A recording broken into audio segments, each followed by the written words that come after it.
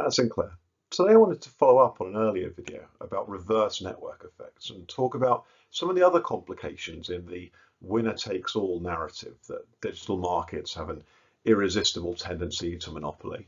Why do we often not get that result in practice? Just to recap, the basic logic is that behind this winner-takes-all theory is that network effects mean a platform is more useful because it has more users. So the simplest version is a phone network. It's more useful if there are more people to call. Normally in digital markets, we're talking about more complicated, multi-sided markets. So e.g., more consumers attracts more advertisers.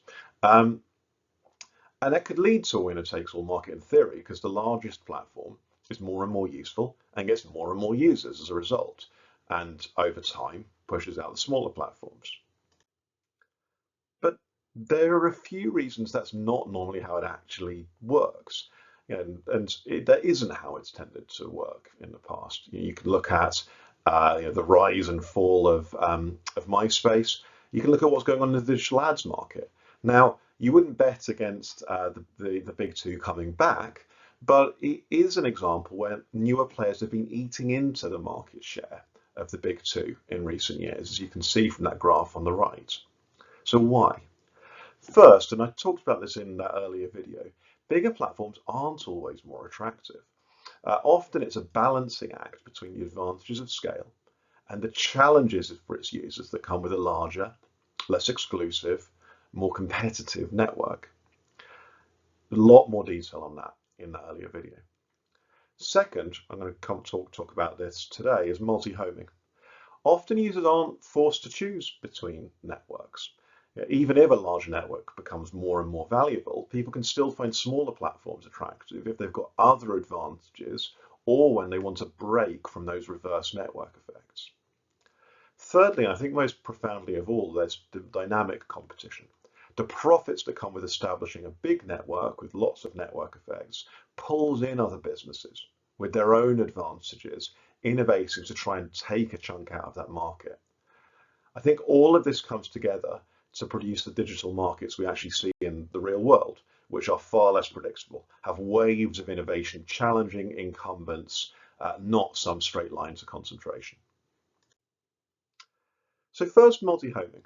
And essentially, I think this comes down to the question, how much does it cost you to connect with additional networks?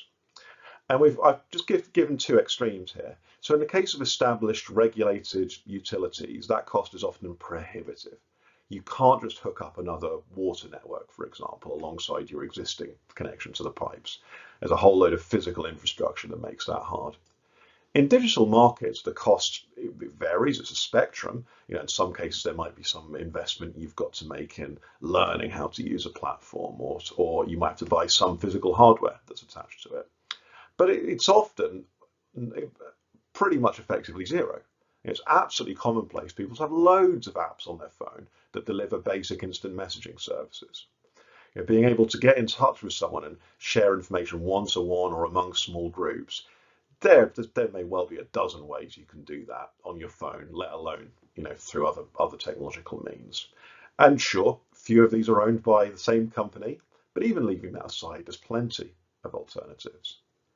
And in those instances where multi-homing is easy, yes, network effects may mean a platform gets very big, but it'll always be vulnerable to losing market share at the margins as one smaller platform after another carves out a niche.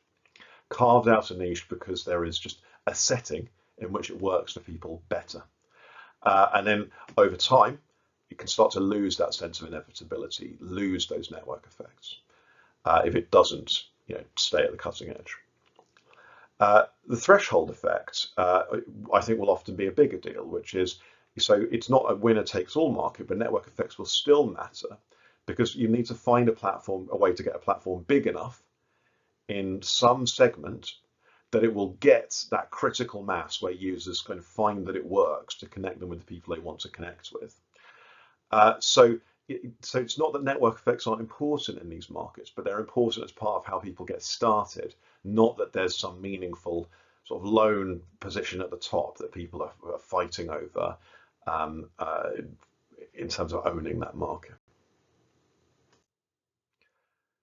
And so with those sort of market entrants, you get into dynamic competition. My understanding is that this originally comes out of a Hayek speech in 1946 on the meaning of competition, how we should understand what competition is in the real world. And the first point to understand is that this is talking about competition via some form of innovation. Among all the players in the market, there will almost inevitably be one or some group or some subset of the players in the market that are strongest or stronger. And the others are gunning for them by providing a diverse range of services that may not quite be parallels, but address the same underlying customer need. And the digital advertising market, I think, here is a good example. The big two aren't losing ground necessarily to other search engines or to functionally similar social networks. They're losing ground to other platforms that look quite different from a kind of business model consumer perspective, but have their own ability to serve advertiser content to consumers. Second point I think is important is because this is there for a discovery process, it takes time.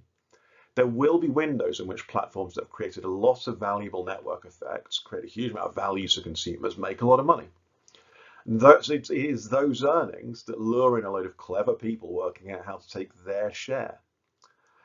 But there's lots of options to explore, lots of dead ends, lots of work to get into the market, and it takes time and investment, but that time and investment will be there because the prize is large.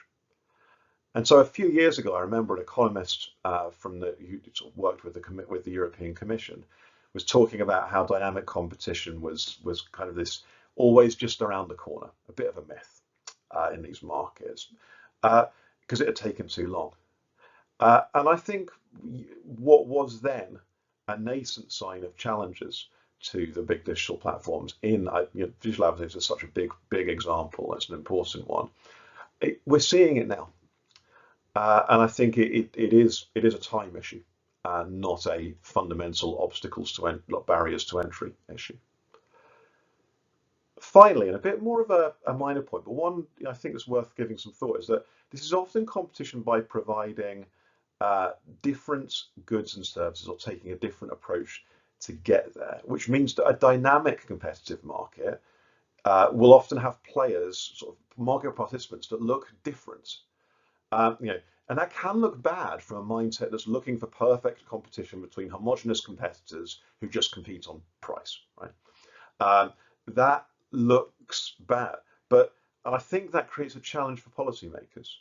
So, for example, a lot of new digital market regulations included interoperability requirements that these platforms should work together, and that necessarily involves platforms becoming more alike. They need to be standardized in order to be able to interact with one another. And I do wonder if that's a world where if that's coming from the gap between static competition, where looking alike is associated with being closer to perfect competition, and the dynamic competition that we're hoping for over time, where differences and diversity in the sector is how competition happens. So all of this matters because, and I think it's a pretty basic point, but worth remembering, network effects are first a source of value. Bigger networks are more useful to their users.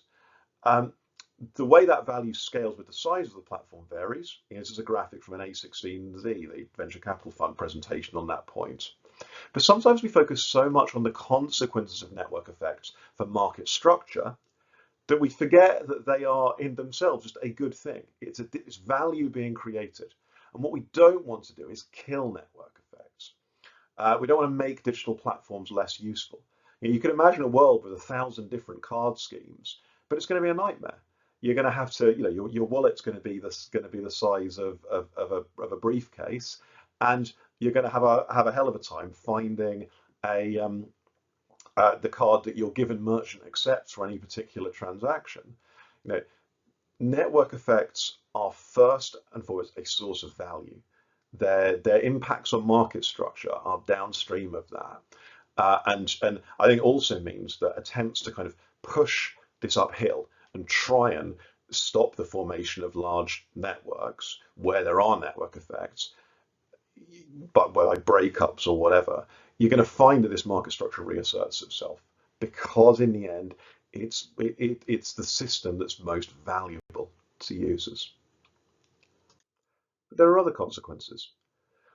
First, we're thinking about from a strategy perspective, the threshold effect, so the critical mass that platforms need when they're getting started, and the winner takes all effect, this idea that one or some subset of platforms might dominate a market once they get big, are fundamentally separate phenomena. So search engines, for example, have network effects. So modern search engines get better by learning from what people do when using that search engine. But there's no critical mass. You could make a search engine for a single user and it'll be usable. Early search engines didn't really have any network effects at all. They looked at the internet and tried to provide useful search results. Google famously did that by looking at the pattern of links across the internet. Didn't require a critical mass of users at all. In other cases, and I think instant messaging is a good example of this, you absolutely do have a threshold effect. You do need to have enough people on there that it becomes usable as your way to contact certain people in certain contexts. But there's no real winner takes all because people just don't mind using multiple platforms, using them in different settings with different correspondence. So all of that matters if people are thinking about strategic questions over how platforms grow and change over time. But there are also policy consequences because public policy and regulation can inhibit dynamic competition. First, through obstacles to multi-homing, making multi-homing harder. At one point, Transport for London wanted to stop drivers multi-homing between different taxi ride-sharing apps. I think they were doing that from a consumer perspective, but I think it was a real risk that they were going to create a market where dynamic competition was harder. Second, through obstacles to entering other markets. A lot of digital market regulations at the moment are trying to stop a platform using its strengths in market A to compete in market B. But you want to be really careful that the result of that isn't just to suppress the most effective entry into market B, make it harder for digital platforms to expand into markets where others are currently bigger players and reduce competition overall. Third, as I mentioned earlier with interoperability, I think obstacles to platforms differentiating, entering the market by doing something new. I think interoperability is an interesting area here where if people either need to standardize from the start, if that's how we make these markets work, or if they know they're going to have to as they grow, if that pushes these services to being more commodities, less distinctive, I think it will hurt the dynamic competition which has made these markets so exciting. So look, all of these I think are just interesting. I think they come out of the wrinkles in network effects. Once we get past this simple story of big network equals more valuable equals bigger network. Once you start to get under the skin of this, I think it does lead you to think very carefully about strategy and public policy and how it addresses digital markets. So I hope you found that interesting. Any thoughts, please do drop them in the comments below and please do like and subscribe. I look forward to speaking to you next time.